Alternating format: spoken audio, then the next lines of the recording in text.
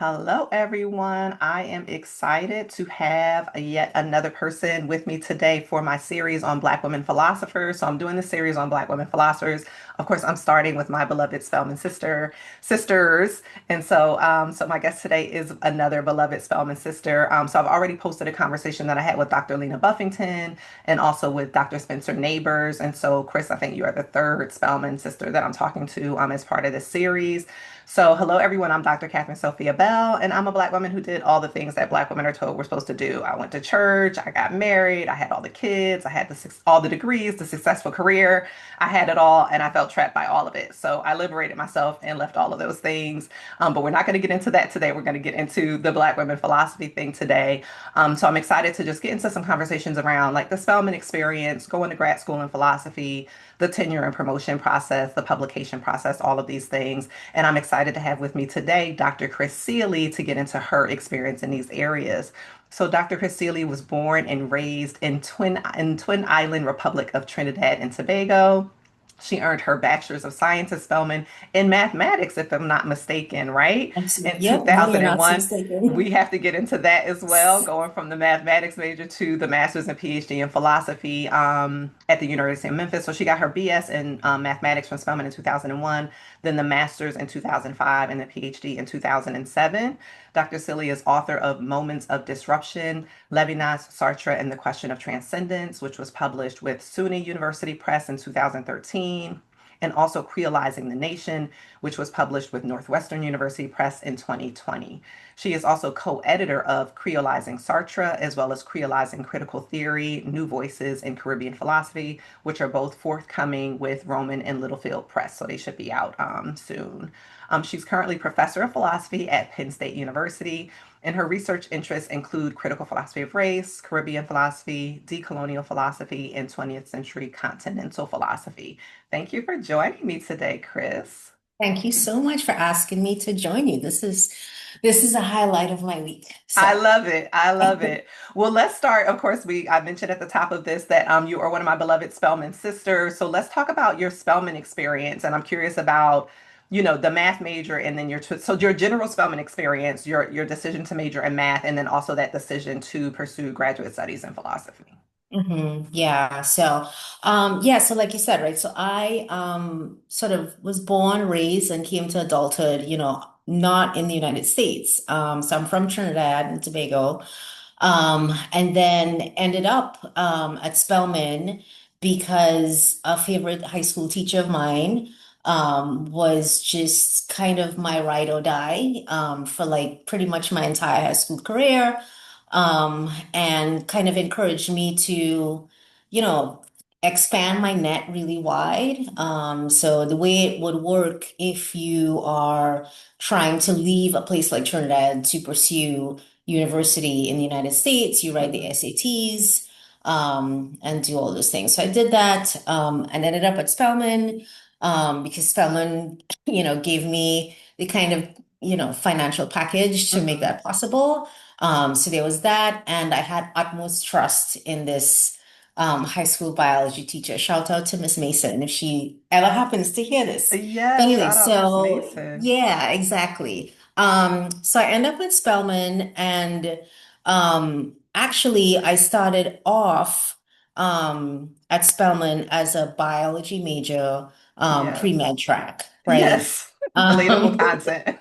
exactly. Because like I always interested in like, kind of deep fundamental underlying questions about the why behind things.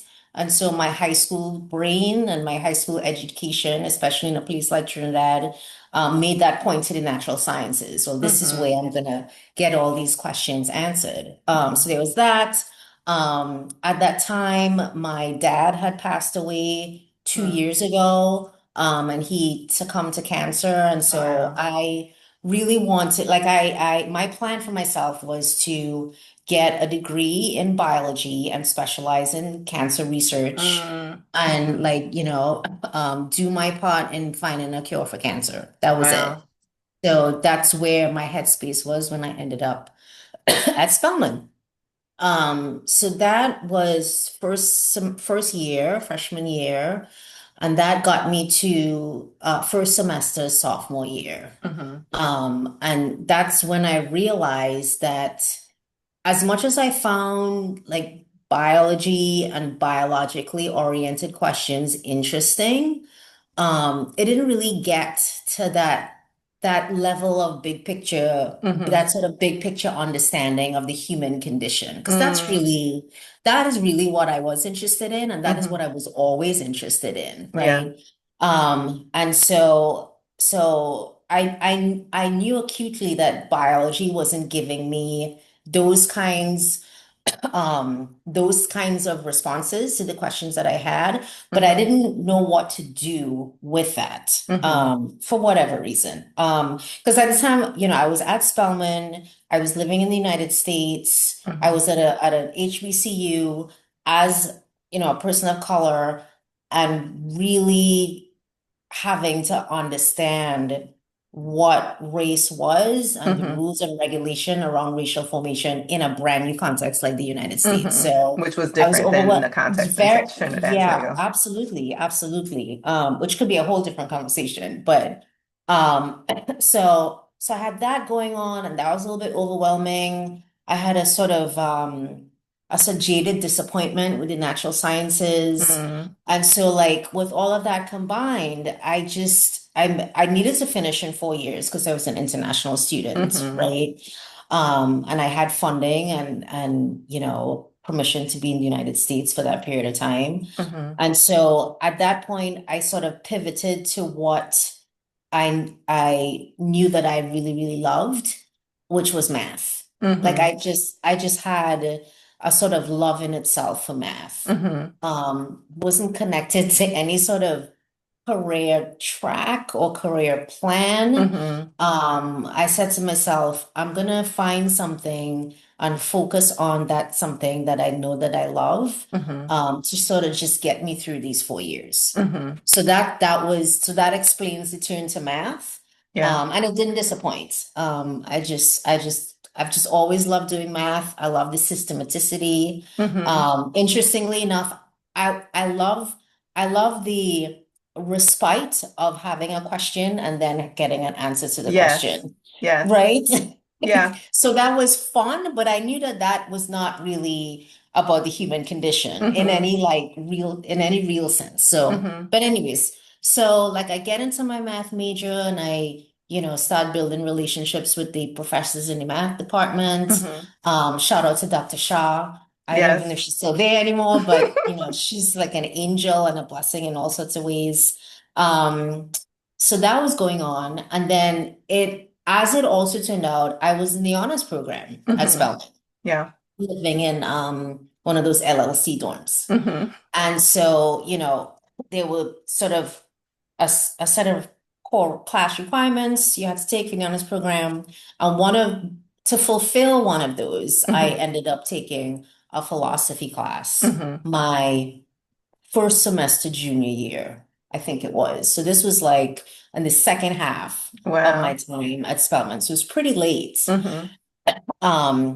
And so I ended up taking Roy Martinez's existentialism class. Mm. And we read a bunch of Kierkegaard, Mm-hmm. and we talked about all the fear and all the trembling. Yes. And Lots of human condition, meaning of life kind of literature as well. exactly, exactly. And it was that semester that I had that experience of all the things clicking.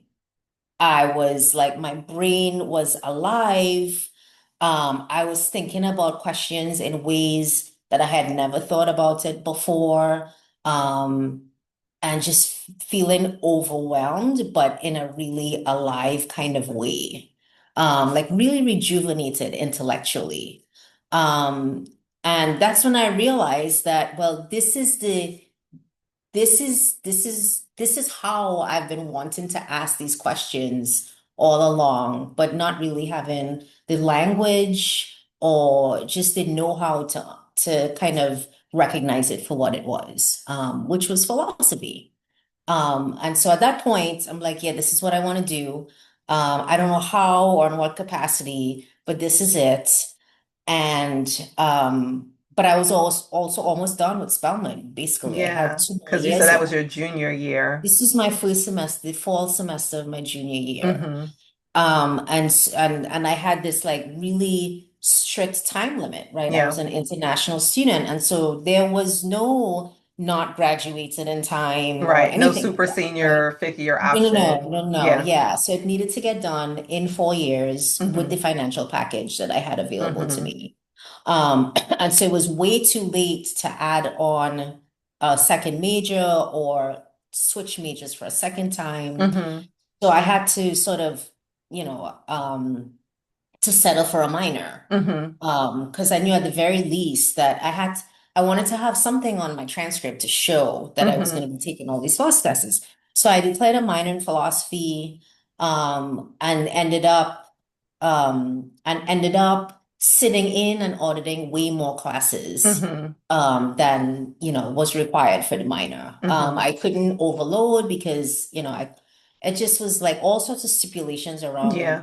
this international student visa. But I just gobbled up as many philosophy classes as I could. Mm-hmm. And it's at that point that we met our colleague in common, Professor Bernasconi, Mm-hmm. who was visiting Spelman at the time. And I was introduced to him as a student, in the philosophy department at Spelman Mm-hmm. who had a real interest in philosophy. Mm-hmm. So that sort of set things in motion where I Mm-hmm. began to think about the idea of pursuing a graduate degree and Mm-hmm. actually like thinking about doing philosophy as a profession and as a way Mm-hmm. to pay the bills. Mm-hmm. It was through those sort of confluence of circumstances. So I applied to grad school Yes.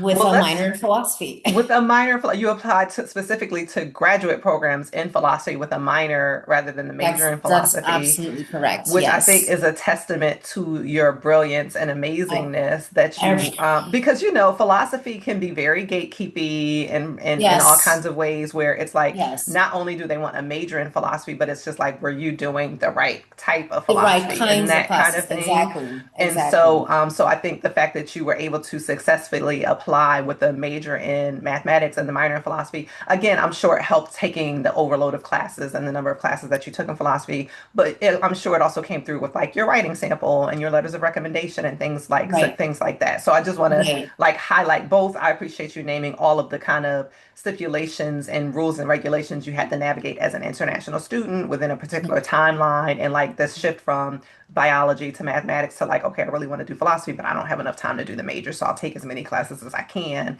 But then also Absolutely. that pivot of like, oh, philosophy is the thing that I thought biology was going to give me, but did not give me.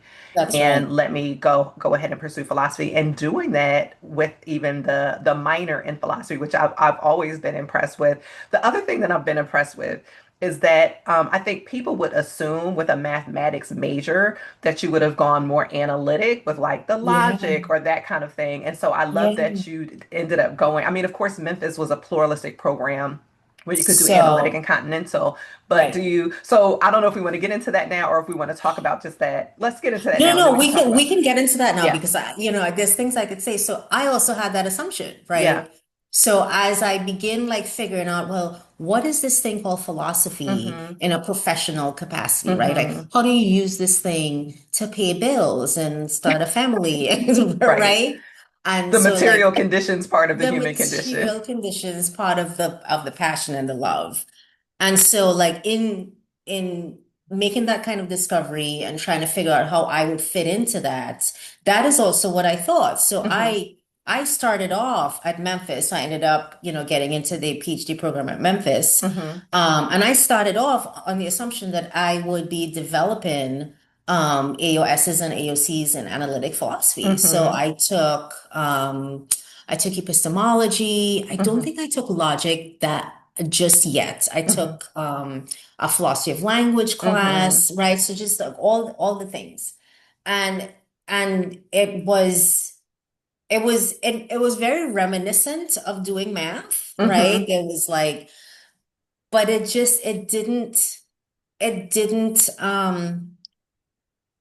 didn't go deep in a way that I was expecting Yeah. philosophy to go. Mm-hmm. And and then I ended up trying registering for a class on Levinas, Mm-hmm. right, which was a Squarely Continental class. Mm-hmm. And immediate clarity. I'm like, Yeah. oh, okay, so this is really what I want to. So I was also thoroughly surprised Mm-hmm. that Mm-hmm. I was way more at home thinking with that continental tradition Mm-hmm. than in the analytic tradition. Mm-hmm. So I don't know yet how to make those parts of my brain jive and make sense. I Yeah. think I think my love for math I think I still think like a Yeah. math person, Yeah. and I think I still write like a math person, Mm-hmm. like in a really systematic way. Yeah. Um, but I'm interested in asking questions in the way that the continental tradition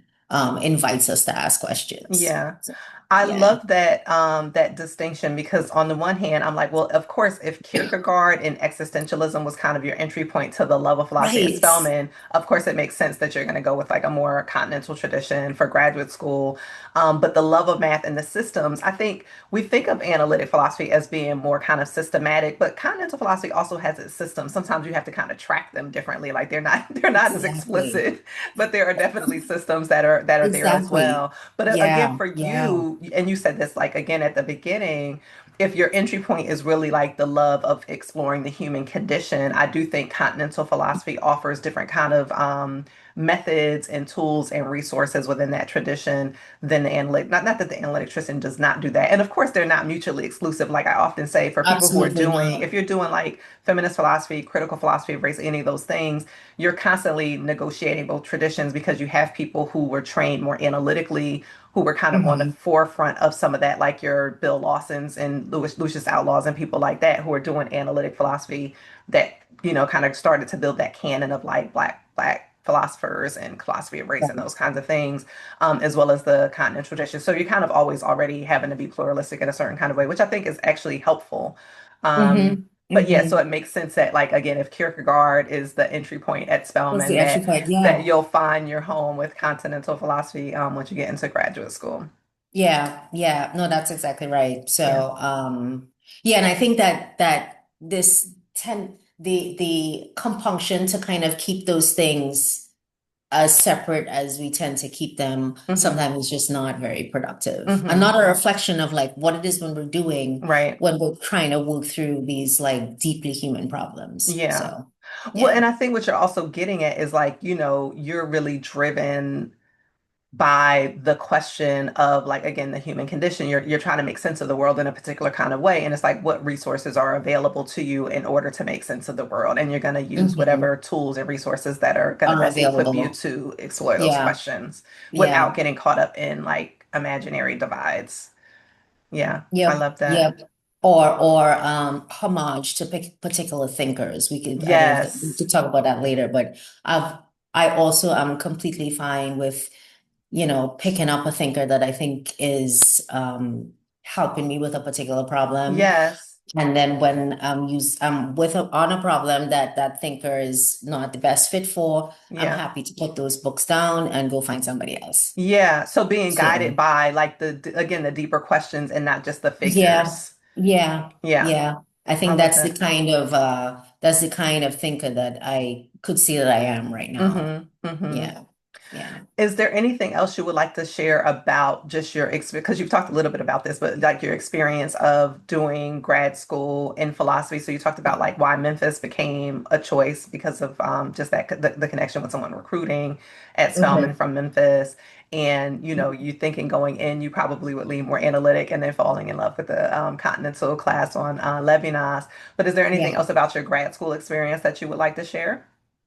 Um, So, like you mentioned, definitely being in a program that allowed, at least gave me the option Mm-hmm. to come in, thinking I was already committed to one Mm-hmm. tradition, or one way of doing philosophy, but still having the capacity to move across and Mm-hmm. explore. Mm-hmm. That the program at Memphis, at least at the time, so this was Mm-hmm. 2001, Yeah.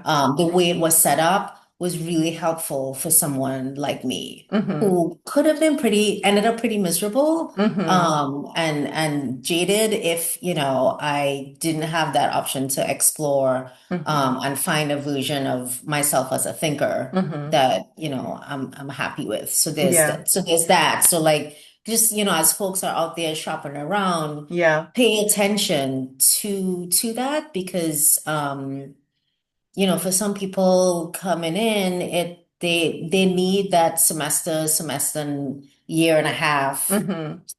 to explore and find the Yeah. best version of themselves as possible. So Yeah. so there's that. I had faculty who like actually, what I want to say, um the I guess the questions that I had for myself in figuring out what professional philosophy could be for me. Mm-hmm. They were able to understand, and like my questions were legible to them. Mm-hmm. Right. So Mm-hmm. just, I mean, like in short, like supportive faculty Yeah. who could sort of meet you wherever you end up coming in as, Mm-hmm. and guide you Yeah. despite. So it's like that sort of sweet spot between um, robust guidance, but kind of giving someone like me Mm-hmm. space to kind of figure out how Yeah. to make the profession work for me, Yeah.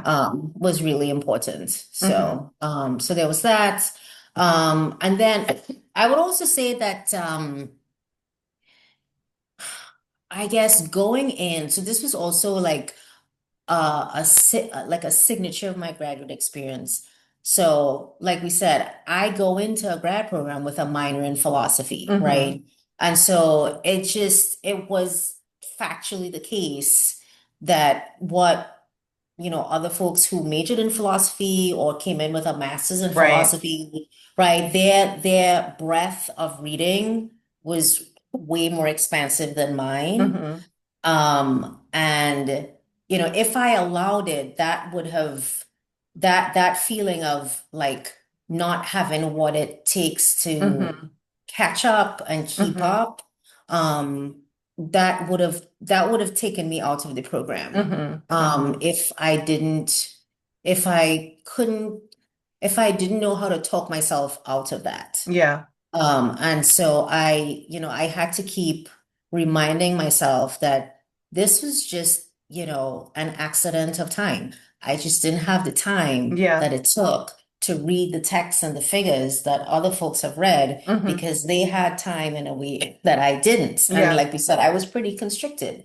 So I think like just that having to remind myself that, with enough time, Mm-hmm. I am fully capable of doing all the things and Absolutely. understanding all the things, Mm-hmm.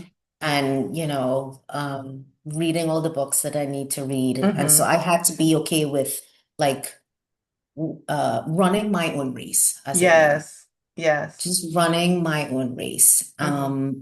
And that was, I'm hearing myself talk about it. It sounds a lot easier than it actually was Yeah. back in grad school, but it was a lot of like being reminded that the race that I'm running is a race with myself, which is Mm-hmm. not really a race at all. Yes. So yeah, I yeah. love you named a couple different things there. So one, I love you naming the benefits of going to a pluralistic program in philosophy, Mhm. graduate program in philosophy, where because the majority of the PhD programs in the US are like analytic Either focused, or, and then you yeah. have some that are continental, and then you have like a few that are continental, and then a few that are pluralistic where you can kind of do both. And Memphis was one of those places where you could do both.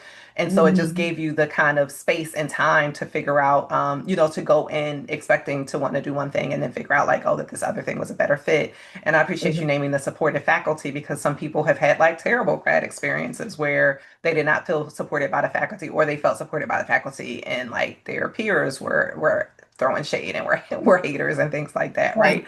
Yeah. So I appreciate that your experience, you had supportive faculty that kind of, like you said, gave you encouragement, but also gave you the space to kind of sort some things out and figure some things out.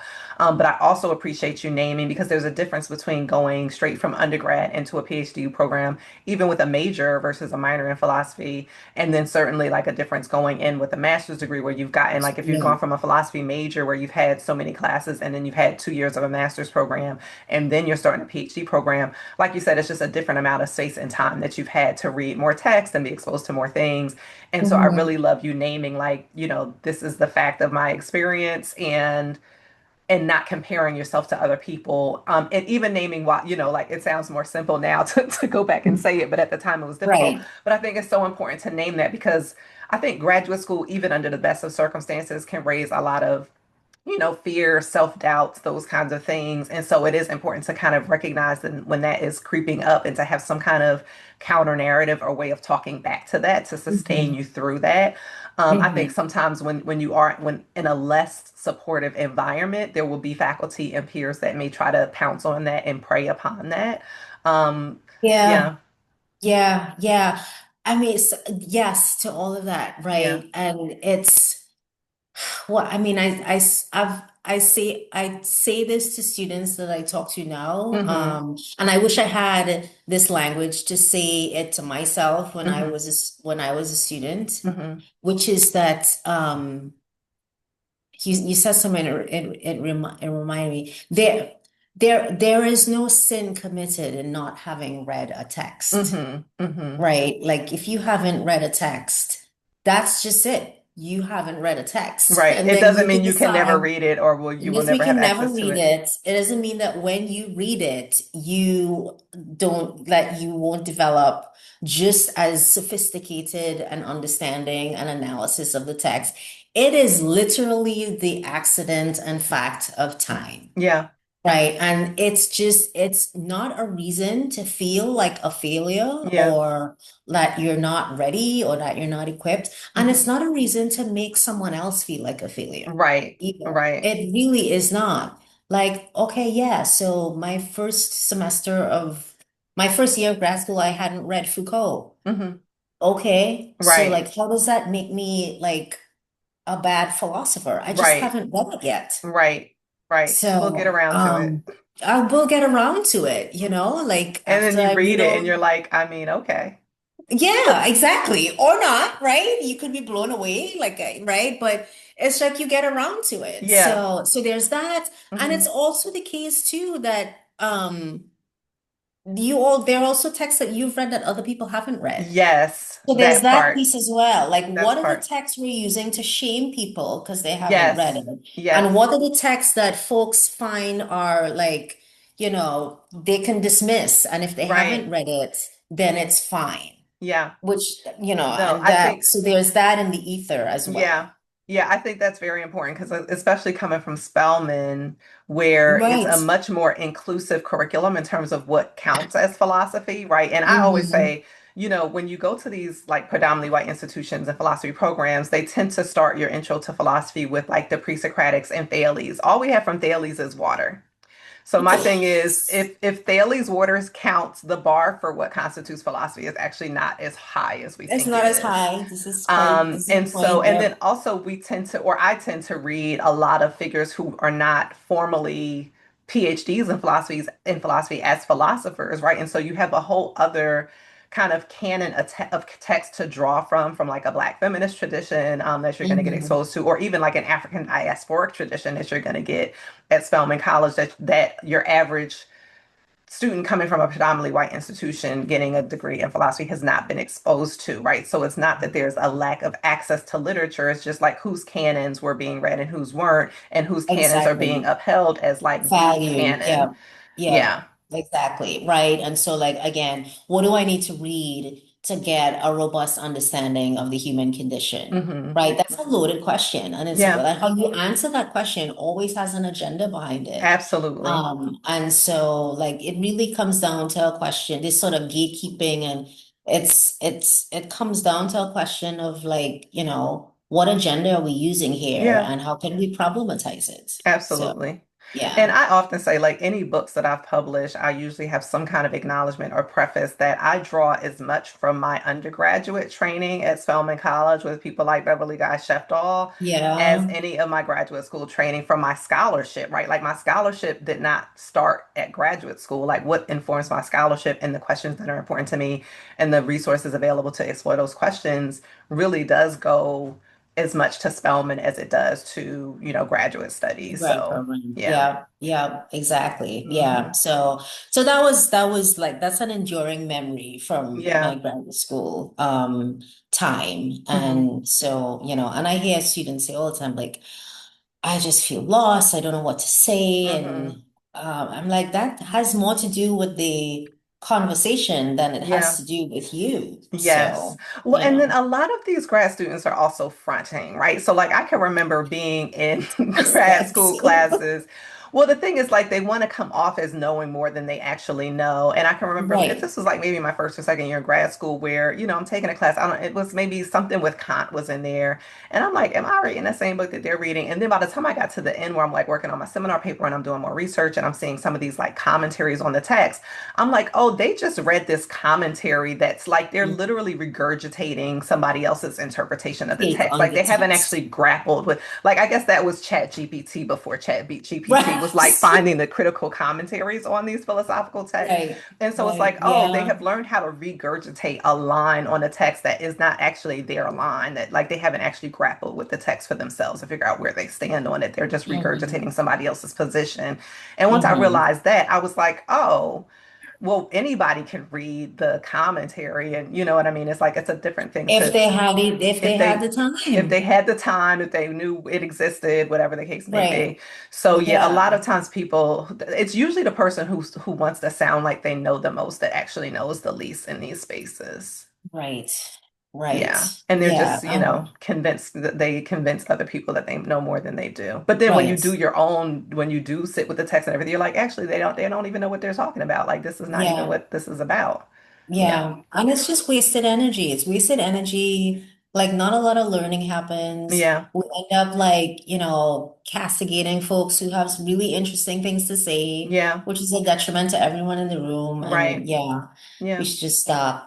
We Just should just stop. stop. Please. Yes. PSA Yes. to people doing philosophy in that way, please just stop. Just stop. It's not Exactly. benefiting anybody. Yeah. Okay, so let's transition a bit from grad school to like applying for tenure track jobs and things like that. Or Yeah. did you apply for postdocs? Like what direction did you go into once you were finishing up the PhD? So good. So good question. Hmm. So I wouldn't say my path was entirely um unusual because I think a lot Hmm. of people ended up doing it the way I ended up doing it. Hmm. But so I would say so I actually ended up writing my dissertation Hmm. while on um, a faculty position, a 1 year visiting faculty position. Okay. So I actually left the program in Hmm. Memphis physically, Hmm. and took on accepted a 1 year visiting position. This was at Fairfield University, Hmm. and was writing my dissertation at the same time. And Okay. and so that was because of a confluence of sort of like real life being real life Yeah. kind of experiences, right? Yeah. I had a little person and and needed like an actual paycheck, and Yeah. so ended up at Fairfield on this 1 year visiting while writing a dissertation. So Okay. it got written. Okay. Um What was your teaching yeah. load at Fairfield when you were on that visiting So assistant on professor? my that first year I was on a 4-4 load. So it was a lot. Yeah, it was a lot. Wow. It was a lot. Okay, Yeah, so you finish up your classes, your ABD, you get this visiting assistant professor position at Fairfield. You have a that's 4-4 right. teaching load and a I little have a 4-4 person, teaching load. I and you're think the writing your first dissertation. semester I got a course release. So that first semester I had Three, three. 4 is still a It's lot. Yeah. maybe, yeah. Yeah, yeah. So it was a lot. And I always I always kind of think back to try to remember like how How? did that happen again? Yeah. And I think like having a little baby in my life who, if you work really hard, you could get little people on a pretty strict Yeah. schedule. And so having him on his strict schedule forced me to be really, really judicious with my time. Yeah. So my time to write was just that, was writing. It was, Yeah. and I think that is what made that happen, Yeah. like Do you being fine-tuned remember with time. do you remember what that schedule looked like in terms of like your teaching prep, your teaching, your grading, and Yeah, your writing, and like yeah. mothering it in the middle of all of that, or in the midst of I all of that? so so I so my classes were, it was between daycare drop off and daycare Mm-hmm. pickup. So it Mm-hmm. was like, from like maybe 9 to 3 or Mm-hmm. 9 to 2, I would teach my classes. Mm-hmm. And then I had a window from the end of class till like daycare pickup, which would like maybe be 5, I think Mm-hmm. is what it was. Um, what would I do in that downtime? I think I would do class stuff, Mm-hmm. either It's hard grading to even think stuff. of it as downtime, but like, No, yeah. it's not downtime, but it was like this like short time, right? Yeah. So I would do like class stuff, office hours. If I had grading to do, I would do that. Mm-hmm. Because this was like my first time Yeah. teaching class. So this was like new prep, right? Yeah. So kind of like building the plane as I was flying the Yeah. plane. So that was unit day. But what I do remember quite acutely, my writing time and like dissertation work time Mm-hmm. happened after he went to bed, Yeah. and that was a prompt 7 p.m. Yeah. So from like 7 to maybe 1 Yeah. is when I would get it done. And that's like a pretty long stretch of time. Yeah. And if you're like efficient with it, Mm-hmm. right, you could kind of build, right? You could build something. Yeah. So that's how writing got done. Yeah, so nighttime writing after the baby went to Nighttime writing. sleep, but also Yeah. after a full day of working with the teaching and the grading and the Yeah. office hours and all of that stuff. Yeah, Yeah. yeah. So I had to have been exhausted, but I also knew that it needed to get done. Yeah. So there was like the urgency of like, this needs to get written so that I can defend, Hmm. so that I could actually start making a real paycheck. Yeah. Because this was just, I mean, it was a full-time position, but it was a pre-PhD position. Yeah. Yeah. So it was like there was some like real material urgencies in getting Right. it done.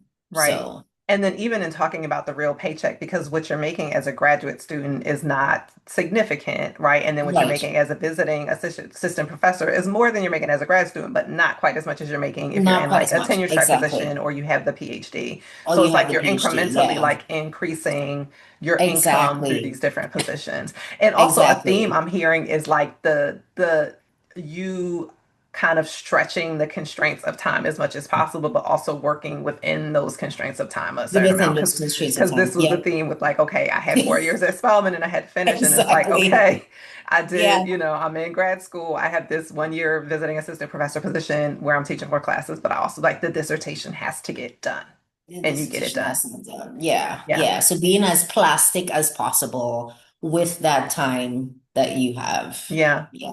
Yeah. Okay, so then what was it like? So you finished a dissertation. Obviously, you're Dr. Kris Sealey now, so you Right. successfully defend your dissertation. At what point did that happen? Was that at like the end of the visiting assistant professor position, or what was that? So I remember I ended up so it actually so I know I came back to Memphis in that first academic year. I Hmm. went back to Memphis from Connecticut Hmm. to defend, and I remember that it was cold. So it was Mm. winter time. Okay. So I want to say that it was maybe like February or Okay. March Okay. of that spring semester Hmm. that I defended. So Hmm. that had to have meant that at least by the end of that winter break, Hmm. that I had a full draft and I had Yeah. sent it into the committee. And it was good enough to get a defense date on the books. Hmm. Hmm. So yeah, so I defended sort of mid-spring semester. Yeah. And then as I was defending, I was also applying to tenure track jobs. Okay. So And yeah. then what was that like for you? Where did you end up landing with the after the tenure So track job journey? so I applied to, I don't remember how many places I applied to, but at the end of it, I had I had a couple campus visits, Mm-hmm. and then ended up ended up having to negotiate between two offers. Mm-hmm. So one offer was actually at Fairfield University. Mm-hmm. So during that time, the department decided to offer me, they sort of created a tenure track position and offered me to apply to that tenure Mm-hmm. track position, Mm-hmm. which was effectively them turning that 1 year visiting Into a tenure into a track. full-time tenure track Mm-hmm. position. So Mm-hmm. they asked me to apply for that, which I did. Um, and so at the end of it all, I had an offer from Fairfield, Mm-hmm. essentially stay on, and then I had an offer from Connecticut College, Mm-hmm. which also happened to be in Connecticut, just like a further up north, Okay. a tenure track position. And so between those two positions, because I was already at Fairfield, Mm-hmm. I knew I was surrounded by good people. I Mm-hmm. mean, the department was as supportive as you could imagine. As you can imagine, right? Like, how else is all this gonna Yeah. get done, right? Yeah. I had colleagues who understood and were like super gracious. Mm-hmm. And it felt that felt that felt pretty valuable. And Yeah. so, that combined with a bunch of things, I decided to stay on at Fairfield. Mm-hmm. So I accepted their tenure track offer, and that's where I ended up for 17 years. Wow. Yeah. Can we just talk about the Fountain of Youth as well? Yes, we can. Back at you. What can I say? Yeah, What can I yeah. say? So you were there 17 years. Oh, go ahead. What were So, you going to say after that? so I was there 17 years. I was in making me reflect. I was gonna just add this on, and I've talked to folks about this. So remembering all of this, I am or had been an international student, Yes. right? Now coming on to taking on a job and sort of pivoting to a different kind of Visa. visa and work Mm-hmm. authorization, blah, blah, blah, all that stuff. Mm-hmm. Um, so as Fairfield converts my 1 year position into a tenure track, and they asked me to apply, it was really with the intention of having me stay on as Mm-hmm. tenure track faculty, right? Mm-hmm. So they did not, because it really was not it was not that kind of line. They didn't really advertise for the job, Mm-hmm. right? Because it was essentially a way to keep me on. Mm-hmm. And so when when it was so during the process of moving from one kind of work authorization to another, Mm-hmm. that presented a particular challenge Mm-hmm. because, as an international person, when, and this is the case for like most, jobs and companies in the United States, Mm-hmm. when a company wants to hire a non-US citizen, Mm-hmm. they have to establish that they're giving this job to this non-US citizen Mm-hmm. because they're unable to find Mm-hmm. an as qualified or more qualified person Yeah. who is a US citizen. Mm-hmm. And so Fairfield couldn't establish that because it wasn't really a position that was sort Mm-hmm. of broadly advertised because it Mm-hmm. just wasn't that kind of position. Mm-hmm. So that presented, so that was an issue that needed to get sorted out. And what ended up happening is that this is a category of Yeah. job, Yeah. right? So companies are allowed to hire non-US citizens in this way. And then in order to do that, they have to establish that the person that they're hiring is, I think, what they call an outstanding professional in their field. Which you absolutely are. And Yeah. so Fairfield was able to get all the letters and Yes. documentation from the profession Yeah. to submit that the reason that they're hiring me in this way is Yeah. because I'm an outstanding professional in my field. You So absolutely are. And I that's think how I was the whole hired. first part of the interview actually supports that, right? Like, who else in the world can you get? literally, who has experience with Who was a biology, level of crazy? mathematics, and philosophy can come in doing analytic and then switch over to Continental. You are one of one. So they absolutely made the right call in hiring you and getting Yeah. whatever, dispensation needed to be gotten in order I to make that appreciate that. happen. But yeah, so that but so that happened. And Yeah. so that's just something, that, I tell folks who are similarly Yeah. situated, as an international student, Yeah. that's something to always keep in mind. Right. And so many Yeah. things are shifting in so many drastic Right. ways right now. So like Exactly. it's a lot to I mean, I think it's always been a lot to navigate and negotiate, but I think in this particular time it is that much more to navigate and negotiate. Yeah. Yeah. Yeah. Yeah. Yeah. Exactly. Do So do you want to talk anything at all about your decision to transition from Fairfield from and Fairfield. where you are now? Yeah, I could say some things. So yeah, I could say some things and I should, because honestly, Catherine, I was happy where I was at Yeah. Fairfield, right? Yeah. Like I said, I mean, I was blessed with colleagues who really became friends, Mm-hmm. right? Friends, my family friends, and I could still consider them friends, Yeah. and they will be lifelong friends, right? And I Yes. was like really fortunate in that way. Mm-hmm. So, in my head, I was there, and Connecticut had been working for me and my Mm-hmm. family, Mm-hmm. raising kids, putting kids in school. So I really had no intention of going anywhere else. Mm-hmm. And I was invited to apply for this position that Mm-hmm. I'm now in at Penn State. Mm-hmm. And it took us, my family, it took us a long time to kind of figure out if this is something that we even want to do. Yes. Um, but ultimately, I made the decision to at least apply, or at least Yeah. begin considering, right? Well, Yeah. maybe this might be a move.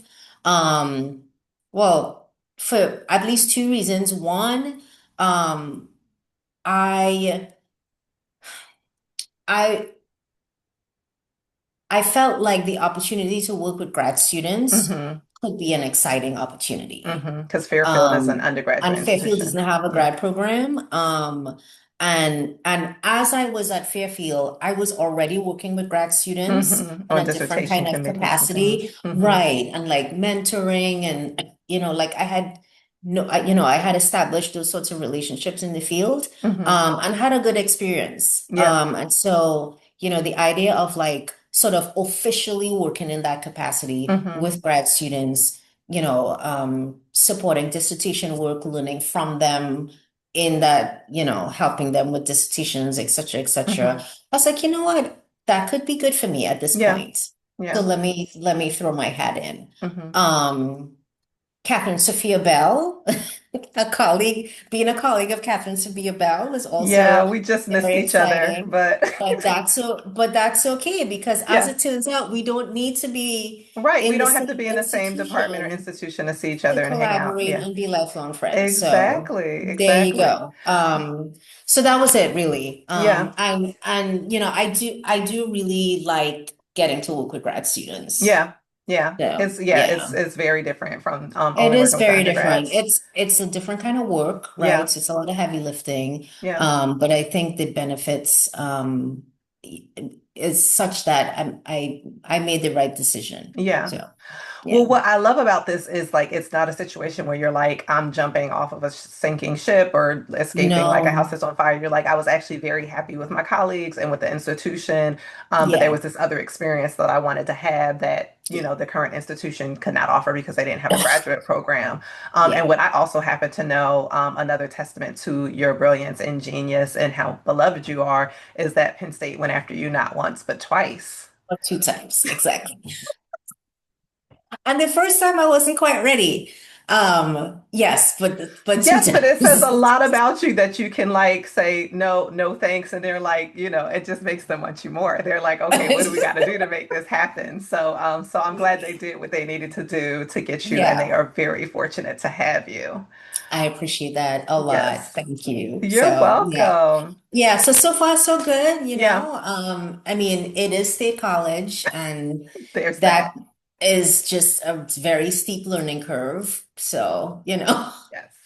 We're learning with your help, of Yes, course, but yes. yes. Travel outside of State College helps a lot. Yes, exactly. Well, let's Yeah. get into your books though, because you are very prolific, right? Like you Okay. already have out two single authored books, and then you have these two Right. co-edited books coming out. So, is there Oh, you anything? know what? I wanted to correct you. So I need to update the bio Oh, that you pulled okay. from. Yeah, so those two edited volumes are actually, I think they came out in Oh, they're 2023. already out. So yeah, right Okay. when I was moving to Penn Oh, State, they came out. congratulations. Okay, so you Thank have two you. two co-edited volumes already out with Rowman and Right. Littlefield, and then you have the Yeah. two single author books that are already out. Do you want to talk a Hmm. little bit about like maybe just that publication process, right? Like so you're with three different presses for these four different books, but Yes. also like that getting that first book out, that's like the tenure book and all of that is a little bit different from the second book, which tends to be like Very the promotion, the different. full book, and you just are in a different place as an author and all of that kind of stuff. So, is there anything you'd like to share Hmm. about that process Hmm. for yourself? Yeah, no, that's a good question because it's an important question. Hmm. So that yeah, so the first book was very I mean I look at them now and I see how the writing style is different. Hmm. And I could like see on the pages like my professional transition, right? Or Hmm. transformation, I should say. Hmm. So the first book was really the dissertation turned book. Hmm. And it was a very sort of tactical, strategic, purposive kind of writing. Hmm. Was I interested in the questions? Yeah, sure, I was interested in the Hmm. questions. But was I like just wanted to get it done so that I Yeah. can use that book to go up for tenure? That really was the impetus behind Yeah. that first book. Hmm. And it was, I mean, it was an invitation to kind of flesh things out Hmm. that had already started in the dissertation that you Hmm. just don't get to do in the dissertation because Yeah. the dissertation is just, it's like in a box. It's Yeah. just, it has to be this and right. So that was the first book. And then the second book, which really, I think to my mind, I took my good sweet time in kind of figuring out what that book wanted to be. I Hmm. gave lifetime to tell me. Yeah. Yeah. So I got tenure and had my second baby the same year, Hmm. 2013. Hmm. And so I got tenure and I have this new baby and I therefore gave myself permission to just read and learn Hmm. for its own sake. I love this so much. Also, just going back to the earlier discussion about like the accident of time and where you can kind of Yes. reclaim your time at this point Yes. to Yeah. read for the sake of reading. I love For the that. sake of reading, Yeah. yeah. And so, there really was, oh, I was gonna say, there was some rhyme or reason to Hmm. what ended up being on my desk at the time. But that's when I started to really read kind of broadly and deeply Hmm. about Caribbean philosophy, Hmm. specifically French and Francophone philosophy. Hmm. I got really into Edward Glissant's work. Hmm.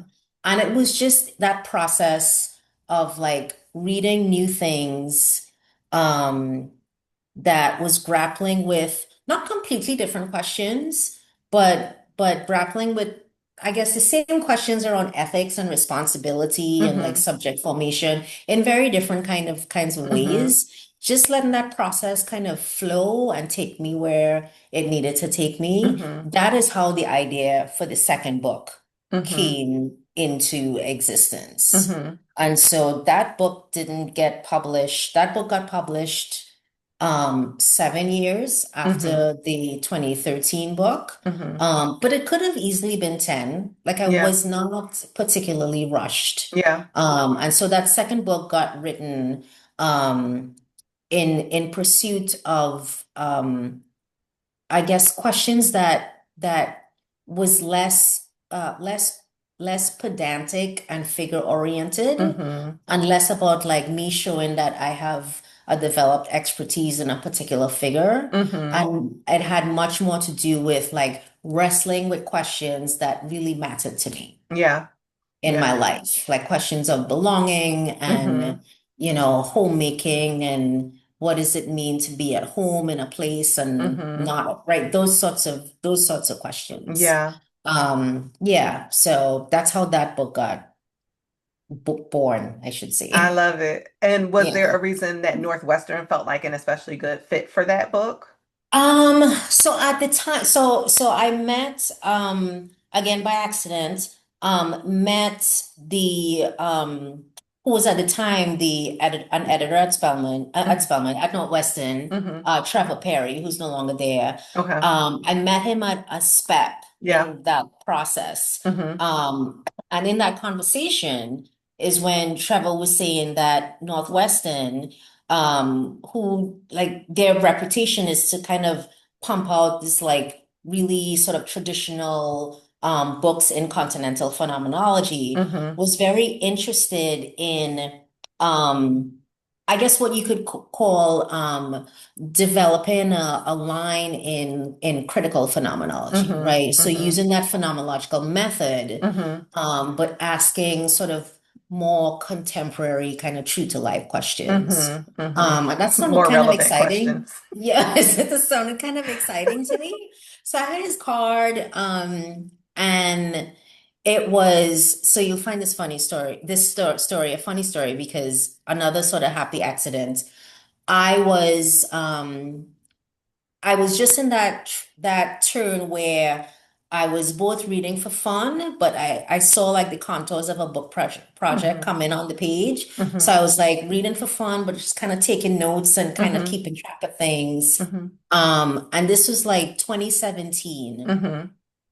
and it was the summer of 2017, and I'll spare you the backstory, but I found myself at the center of a right-wing trolling campaign. Mm.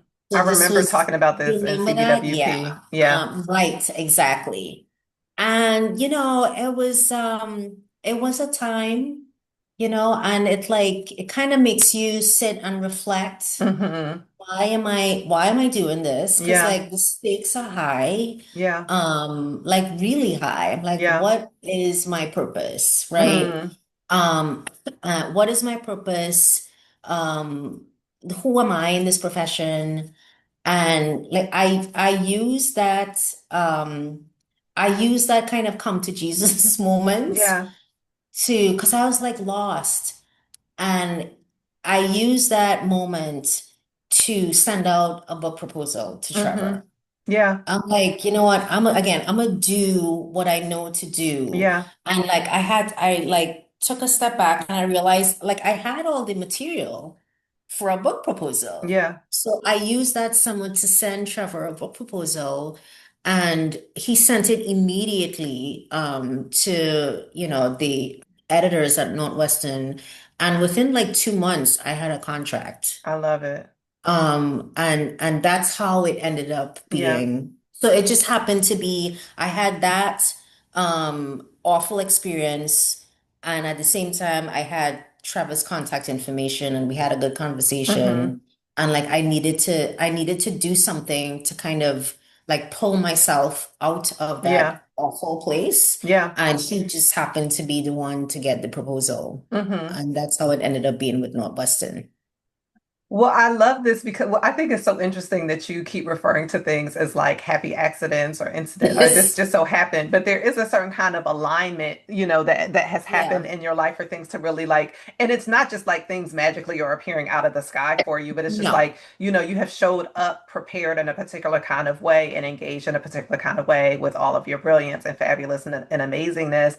And people see that and like what it's like, how can I support and be in the service of this person and how they're moving in the world and what they're bringing into the world. And so I think you have the example of that with Fairfield, and then also this example with Northwestern, where it's just like, well, and Mhm. then also you just being open to have those conversations, because I think a lot of people who haven't written a book before or haven't had good mentoring or like quote unquote professionalization, it's just like, well, where do I start? Like I do some coaching and mentoring for people who are working on their first books and Yeah. navigating that whole thing. And so I love that you're showing up at these conferences, right? Like you're at SPEP, which is the Society for Phenomenology and Continental Philosophy, they usually have a book exhibit with editors who are interested in hearing about projects, right? Like, so you show up, you talk to this editor, you talk about this project, he's expressed some interest, and then you do what you need to do to like take your lived experience and all of this knowledge and all of this reading that you're doing, and you put that energy into this book proposal and this book project to help you navigate and negotiate like the moment that you're living in. And so I think that's really powerful. Yeah. Yeah, yeah, no, like, yeah, figuring out how to stay prepared. Hmm. And yeah, I mean, I tell, so I have my oldest son, this was like the dissertation baby. He's a Hmm. junior in college now, and I always tell him, I'm like, like, let folks tell you no. Like, Yeah. you don't say no in advance. Just Right. get it out and Yeah. let them tell you no. Don't Right. say no on their behalf. Right. So I Right. You think that's like you also get been zero opportunities that you don't actually, put right, yourself forward exactly. for. Forward to, But yeah, yeah, I like yeah, the let them tell you no, instead of just counting yourself out before you've even tried. And yeah, at the very yeah. least, you're gonna get there's some kind of experience or feedback that you get, even if it is a no. But End I think up it's better to go being to a through the no. process than to assume it's gonna be a no. So Hmm. yeah. Yeah, so that's Um, also been part of the journey, I guess. yeah. Is there anything Yeah. you'd like to share about like how those books have been received or engaged now that they're out in the world? Yeah, I mean, so the first book, the Sartre Levinas book, Mm-hmm. so in working on that book, there's like maybe three chapters that I pulled from three articles, sorry, that got pulled from chapters Mm-hmm. that not published as like single articles. Mm-hmm. Those articles still get read fairly Yeah. frequently. Mm-hmm. I'm not sure why. I'm super grateful that folks are Mm-hmm. engaging with it. I don't know if that translates into looking at the book as well. Mm-hmm. But that's interesting to see when you get Mm-hmm. like, you get those pings, so and so read, Levinas on the face. I'm like, oh wow, people still messing Yeah. with that stuff. So there's that. And then the Creolizing the Nation book. Um, I think it squarely lives still within academic circles. Folks Mm-hmm. are reading it. Mm-hmm. I've had a lot of fun. Like folks invite me to kind of zoom into classes. Mm-hmm. I've been told that people really appreciate the introduction because it's in Mm-hmm. the introduction where I kind of lay out like the personal stakes Yeah. of the book, and I think people have an appetite for that. Yeah. Philosophers have an appetite for that. Mm-hmm. Um, and so that's been exciting, but I think it still remains squarely an academic book, Mm-hmm. which is fine for me. Yeah. So yeah. And I mean, so it's funny you ask. Like I know there's like a path that folks take where, they like accrue an agent and Mm-hmm. kind of and I see efficacy in that. Mm-hmm.